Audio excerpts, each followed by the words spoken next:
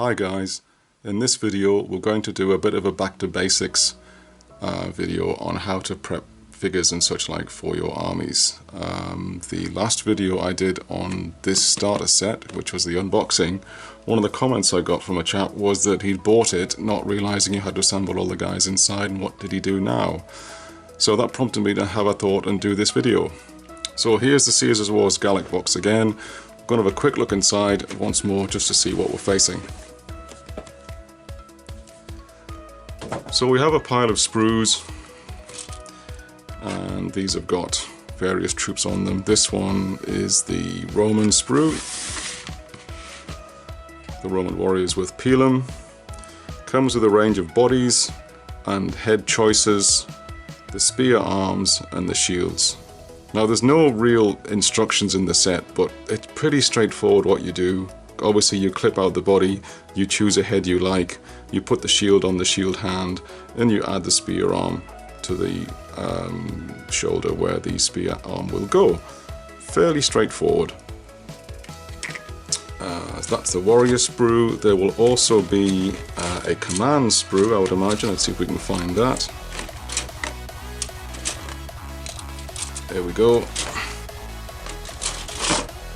So the command sprue is going to have the battle standard and the trumpet and other such things, and then again you're probably going to have more interesting head choices for the commanders for the force. So again it's going to come down to choosing a body, choosing a head, picking the shield if he needs one, and also the accoutrements, whether you're going with the standard or the trumpet.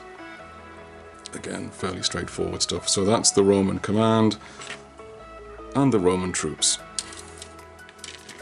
The other sprues in the box are the Celts or Gauls or Celtiberians or whatever you want to call them. And again there'll be two types of sprues for these guys. There's the command sprue, as you can see here. We've got the standards at the top and the carynx, the horn that they blew and terrified the enemies with.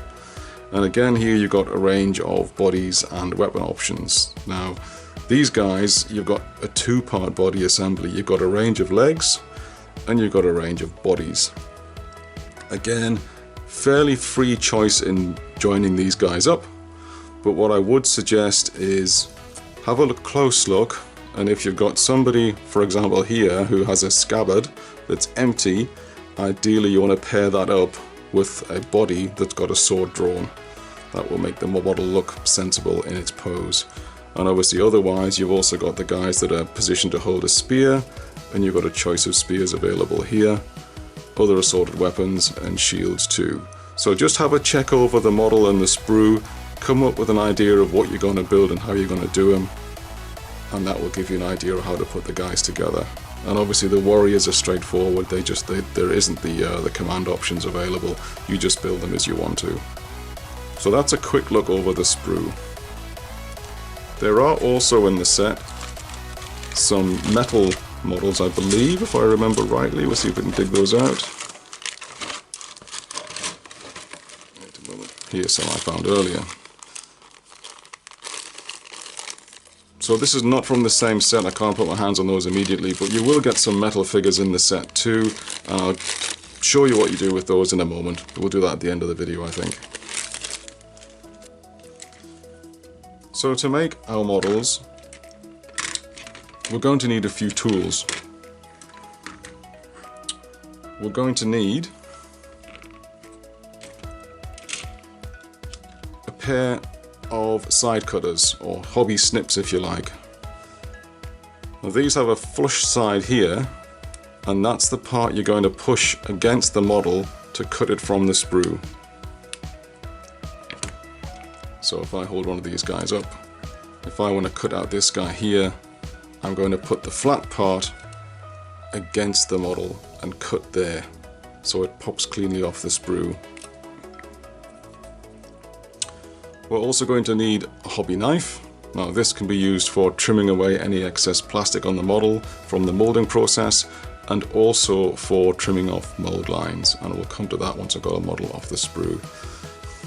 Remember, these are basically a injection molded process, and it goes into a press and is squashed flat. the result of which means you can get what's called a mold line, which runs around the perimeter of the models, and if you don't get rid of that, when you come to paint the model, it'll stand out like a pair of dog's danglies. So we need to get rid of that as well, and that's where the knife comes in. We're obviously going to need some glue to glue our models together, and I like the Tamiya extra thin cement. It's great for small details, and it also helps with the removal of the mold line, as I just discussed. You're obviously going to need a place to work, and here I'm working on the tabletop. I've got a cutting mat in front of me to protect the surface, and I've also got decent lighting overhead. I'm using a LED light panel here, but that's a recent addition to my setup, mostly for the video process. I have for many years made do with a decent angle poised lamp, and I suggest you get yourself one of those if you haven't got one already. Also, you can get a range of lenses and such like to aid your assistance in terms of viewing. You can get things like this Opti-visor type arrangement, which has a built-in light and various sets of lenses, generally available online at various options. But also equally and widely available are hobby spectacles or reading spectacles. You can pick these up from your local pharmacy or other stores in town, no doubt, and they come in a range of sizes from say +1 up to +5, I think it is. These are a pair of +4s. They give you good magnification but reduce the focal length, so it means you're going to be looking at something about that kind of distance away to get some kind of sensible focusing, but it makes trimming the mold lines and seeing the models in detail a huge amount easier. So that's basically the things we need.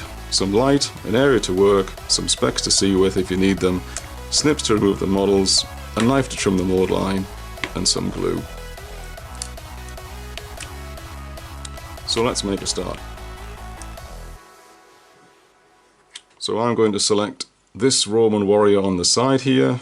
I'm going to get my side cutters, pop them underneath, and just snip that off the base. We'll bring them around, and we'll snip off the neck joint, and there's our figure removed from the sprue. We'll also pick one of these heads, and let's just go with this one on the side. So again, the flat side against the model. Just get hold of him. And one other little thing I do tend to do is, because little pieces of plastic like this are notoriously difficult to find if you drop them. I don't know whether you can see, but I'll just tilt the camera back. While I'm working, I have a tea towel draped over the edge of the table into my lap. So if anything pings away, it'll land in the tea towel and I'll find it. The number of times I've dropped a little piece of plastic like this and it's dropped off the table, bounced between my legs and landed somewhere on the carpet below, I'm convinced it goes into some kind of weird dimension akin to Terry Pratchett's L space, because once it drops between your legs and hits the floor, it's gone. You can spend all night trying to find it, you probably never will. So grab a tea towel or something like that, it'll just help you lose bits. Or not to lose bits, should I say. So we've got the head, we've got the body, we've got the head. We'll pick one of the arms, let's give this one a go. And it may be that when you clip the piece off and then try it in position, it might not actually fit. That's not a problem, just keep it to one side and you can use it on the next model or a subsequent one. And likewise we'll grab a shield.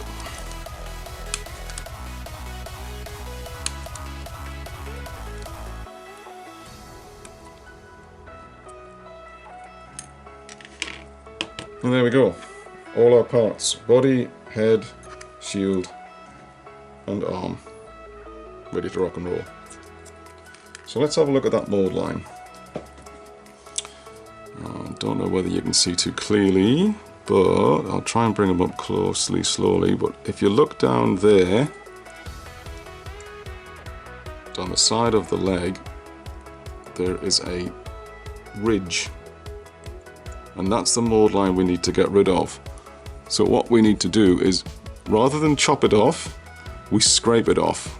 You can either use the sharp edge or the back edge of the blade, doesn't really matter, but run the blade down the line and scrape that mold line away.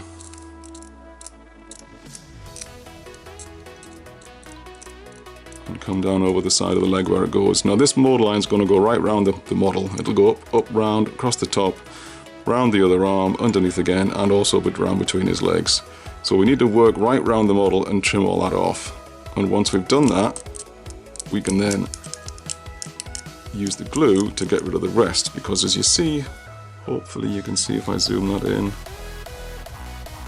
even though I've scraped it, there is still a little bit of rough material left. And the plastic glue, when I apply a tiny amount to that area, it just dissolves away the last of it and smooths it out. It's a little bit awkward working so I can see it with the camera, but hopefully you can see that now. That mold line is now gone and it's looking nice. So we need to work our way around the whole model and do that, and do the same with all the other pieces as well.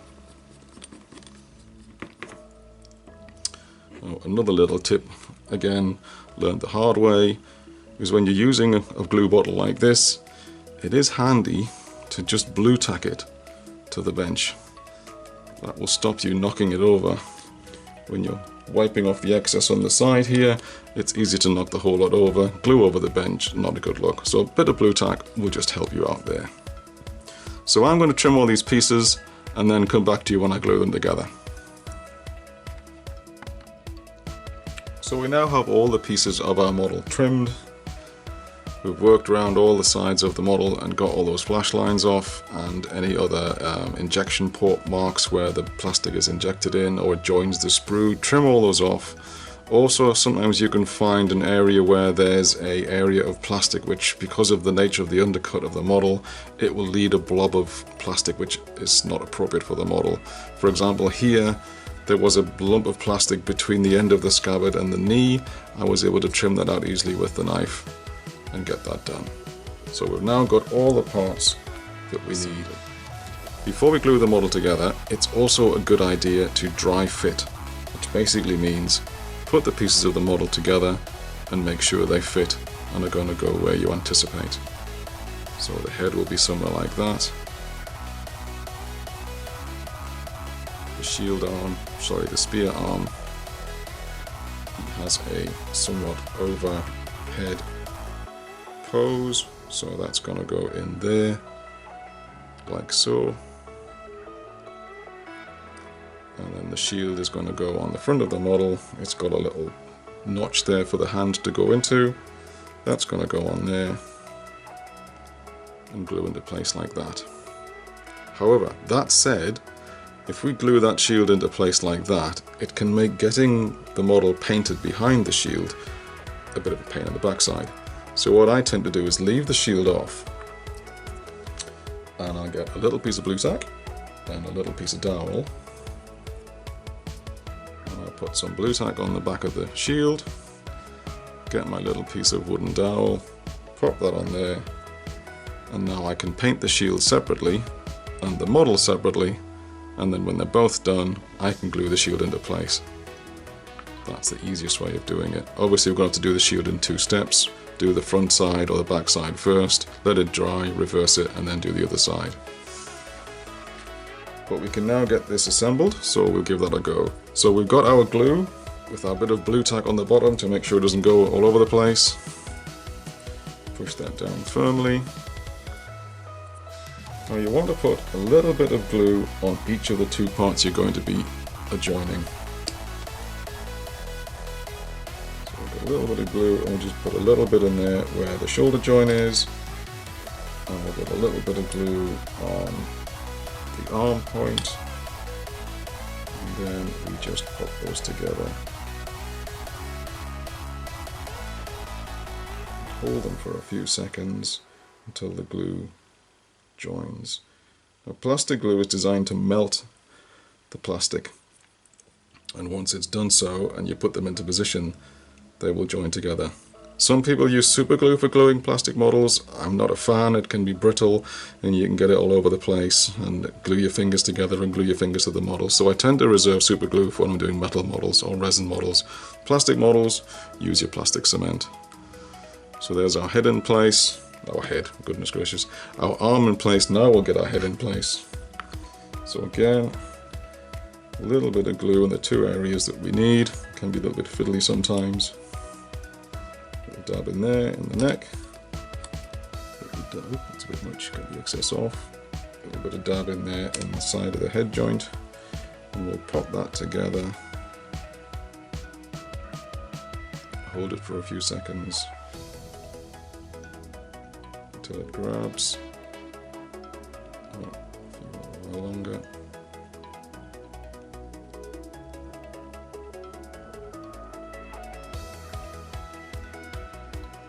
And there we go.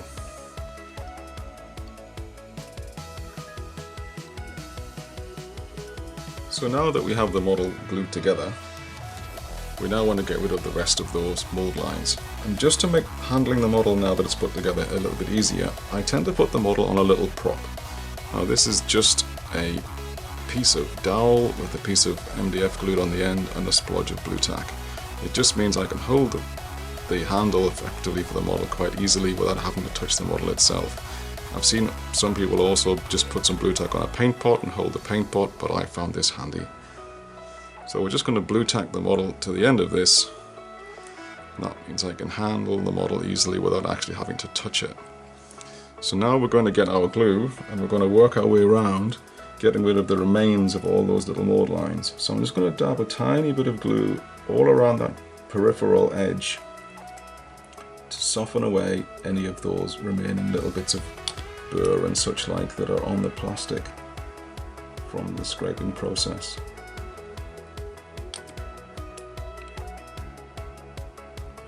And it just melts away nicely. You don't need a lot of glue, just a little bit will do. We're just looking to get rid of those remaining lines.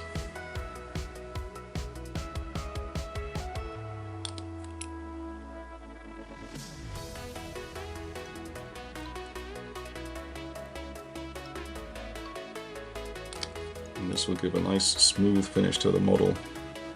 So our painting will go nicely and we'll not have any unsightly bits that the paint will highlight, because the trouble with painting, particularly with you using techniques like shade washes or dry brushing, is any little imperfections will really show out. So this is, if you're going to paint your models, this is quite an important step and worth taking your time over.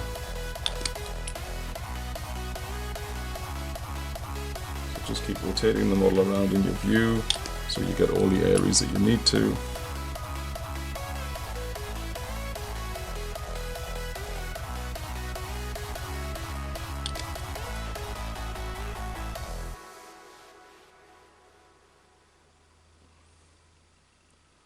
And I think that's us done.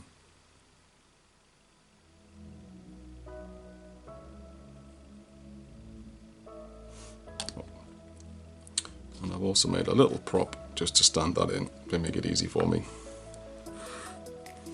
We can also do the same to the shield, because it will have a few little areas around the periphery where we trimmed off the connection points to the sprue. So we'll just smooth those out as well with our glue. Okay, so the model is now trimmed and also deburred with the glue, and now we're ready to painting. But to paint our model, we need to prime it first.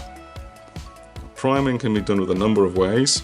You can use an aerosol spray primer, or you can also buy brush-on primers, or also often similarly available in a thin format to use through an airbrush. But I'm imagining if you're watching this video, you're probably a beginner and don't have access to an airbrush. So a rattle can or spray can is the easiest way to go, although arguably a little bit more expensive if you want to buy the can, or a brush-on option is also available.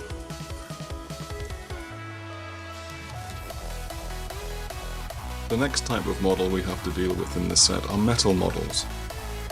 These came before plastics, and I've been handling these for several years now, so I have a fair idea what to do with them. They are arguably more difficult to deal with than plastic models, but there are some simple ways to manage what you have to do with them. Again, we're going to need a range of tools. Again, we're going to need our side cutter snips. We'll still need our knife. And we'll also this time need some needle files. These are basically files for filing metal. They come in a variety of sizes and shapes. The main ones you're probably going to want to make use of, I tend to find anyway, is the round file, so it's fully round and tapers at the end, and also a half round file, which has a flat side on one area and a curved or angle side on the other. When you get the model out of the container or bag, you're probably going to find that it's on some kind of arrangement like this. You may find that this is obviously for a cavalryman and he's got to sit on this horse, but he's not going to get there with this piece in the way, so that needs trimming away. So we'll get our snips, and again, flat side to the area of the model we want to keep, and we'll trim that off there. And so on. So we've now got our man free from the sprue, if you like. We've also got the head here, obviously we need to keep that. So again, we'll trim that off as well. And just carefully line that up and trim away. That's rubbish, we don't need it, it can go away. So we've now got our head and our body. Just move these pieces out of the way so they're not distracting. So again, we need to get this guy trimmed ready for use, and often with metal pieces like this, they can arrive bent in the packaging. It's just part of the soft metal process, unfortunately. We just need to be careful and gently and carefully bend them back into the correct shape and orientation as best as we can. Sometimes you might need a pair of pliers to do this, but just be careful. Here we can see his scabbard has bent around a little bit, so if we just tease that up a wee bit, we can get that back into some kind of sensible shape again. And you're going to have little rough pieces like this, which are left on the model, which need removing. Again, it's just a case of looking around the model and seeing which bits we need to get rid of. So our snips will come to the rescue, and we'll get rid of these rough areas that we don't need. And now we can go to our knife that we've got the main pieces off, and again start working around, trimming away any little areas we need. So that small piece that we had on the edge of the shield, we can trim that away. Now this is quite a soft metal. It will cut with a knife. You can scrape it and you can cut little slivers off. Don't get fooled though, and still obey sensible rules. Don't cut towards yourself. We don't want any sliced fingers. Always try and cut away from you. So if the knife slips or moves quicker than you anticipated, it just moves into the straight air or down onto a cutting surface. Is another way of doing it. I'm holding it up here so you can see what I'm doing, hopefully. So we're going to cut all these little raggy bits off that we don't want.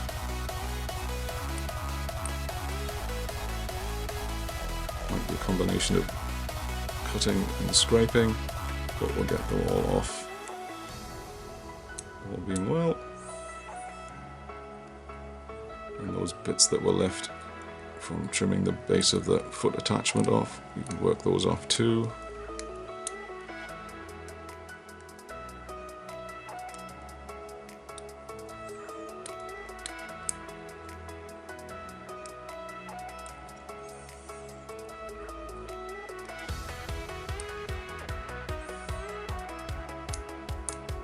Probably breaking my own rules here and trimming towards myself at times, but sometimes you just have to do it that way.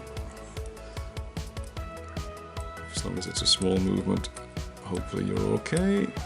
Famous last words. And there's another large piece there which we can trim away. Okay, so once we've had a good look around and got all the large pieces off, we can now file it. So now we'll switch to our files. Here I've got the flat-sided one for this piece of the spear tip, and I'm just going to gently run that across the top to get the spear tip back into some kind of sensible shape.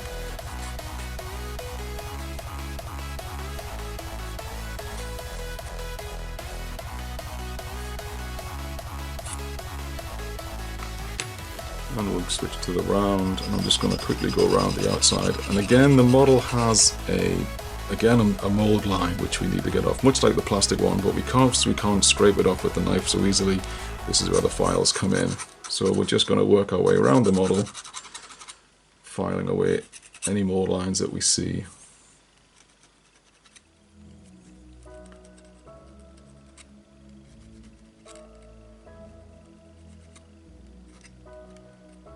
And you may need a combination of different ones to get into nooks and crannies to get the mold lines out. Sorry, I'm trying to keep this in view while I'm working, but trying to see what I'm doing as well. It's a bit tricky.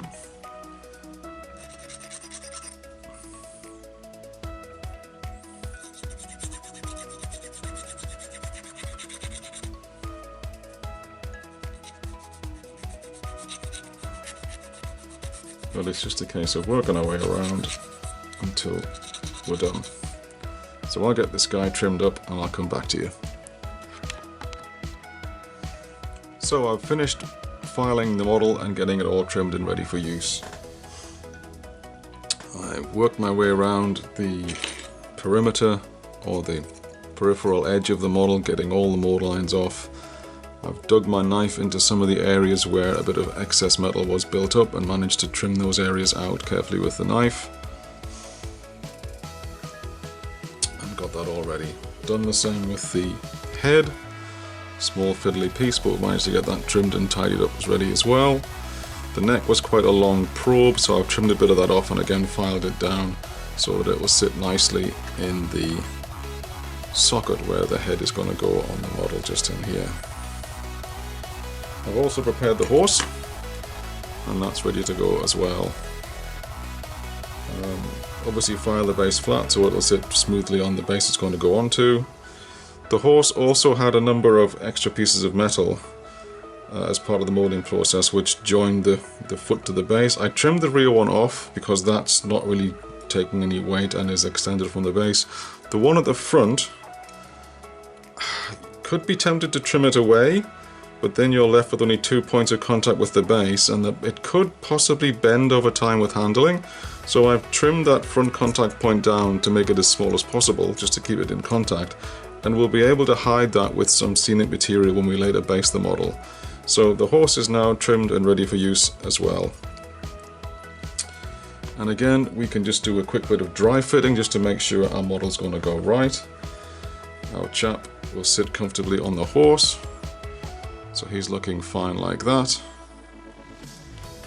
And the head, now again, I dry fit this earlier, and interestingly I found that the pose of the arm and the spear was a little further across and was actually occluding the area where the head was going to go. I couldn't get it to fit in and stay comfortably and look correct. So what I ended up doing was I carefully trimmed the contact point between the spear and the body, and I got a pair of small pliers and I just carefully gripped the wrist and rotated it just a millimeter or so. It was just enough to clear that area so the head will now fit into place correctly. Like so. So when you're dealing with metal models, you can bend the metal, you can twist it a little bit, but go slow, go carefully. Otherwise you can get a piece snap off and then you may well have to start super gluing bits together. But anyway, our model is now trimmed and ready for assembly. And talking of gluing things together, we're going to need some glues. Now with metal models, as I mentioned earlier, the general go-to is super glue. It's the best thing to use for general small contact points. If the points are going to be weight-bearing, or you're putting together a large model like an ogre or a dragon or something, it's got long sticky-out arms and wings and things, you may need to drill and pin those, and probably then use a stronger glue like a epoxy, such as the Z-Poxy preparation here. It's a two-part component. You mix the two parts together, hold them together for the setting time, and then it's rock hard. It's really strong. But for something like this, we're just gluing a head into place and then also the man onto the horse. Some super glue will work very well. Super glue comes in all kinds of different types and brands. I like this one because it's odorless, and it means that it will not give you that fume reaction which can irritate the eyes and nose. So if you can get it, grab some odorless. If you don't mind the cheaper types, they'll work as well. Also, while Superglue is pretty good and goes off fairly quickly, you can assist the process by using a zip kicker or Superglue accelerator. Basically get the glue into place, give it a quick squirt with this once your pieces are lined up, and it will set pretty much instantly. Just make sure you don't get any on your fingers because it's a heat reaction and it can burn. So we will see if we can get our glue ready. Just check the tips clear and ready to go. Again, just check our alignment of the pieces. He's looking fine like that, and the pose seems to be he's warding off a chap to his left, I think, with his shield pose. So I'm going to turn the head so it is looking to his left, something like that. So I'm going to get a little bit of super glue and drop that in that neck hole, like so. And we're just going to position the head carefully in place. And once we have it where we want it, I'm going to hit it with a little bit of the Superglue accelerator. And that should give us pretty much instant bond. And likewise, we can do the same for the mounting on the horse. Just check he's going to sit right. So again, I'm going to put a little bit of glue on the horse's back where he's going to sit. And I'll put a little bit of glue under the saddlery. So again, that will sit together. And we'll get that lined up. And make sure he's sitting straight. And once we're happy, again, we'll hit that with some accelerator.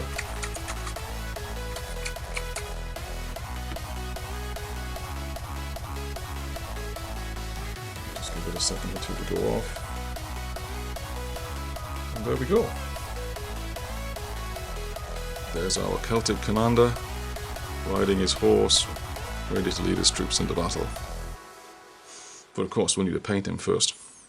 So again, it's time to prime, and we'll look at that in just a second.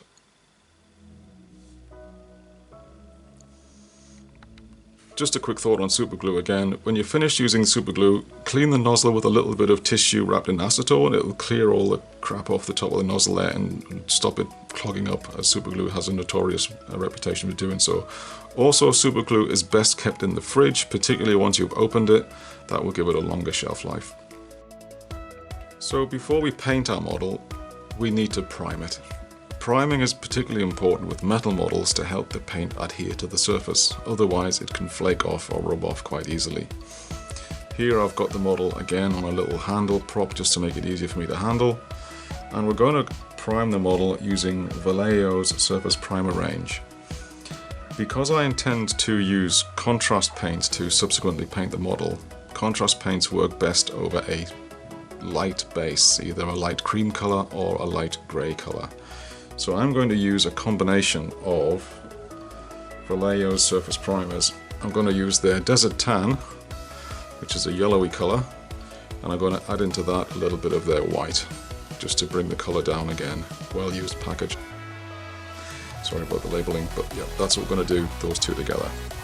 I'm going to get a little bit of an old blister pack from actual models came in sometimes. Just put that on the bench top.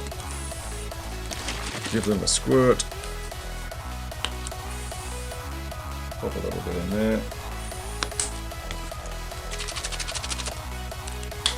And a little bit of the white. And using an old tatty brush, nothing special here. I think it's an old Citadel layer brush, medium layer brush perhaps. It's well used and it's worn, the tip's gone. So I use it for all things like this. Just mix that up until it's suitable colour.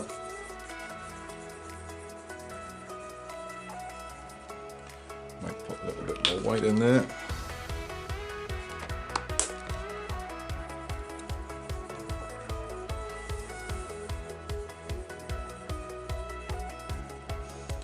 And then we'll just gradually work our way putting this on the model.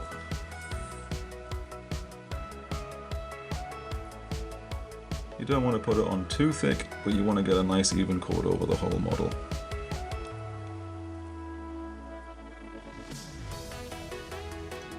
And just work your way around.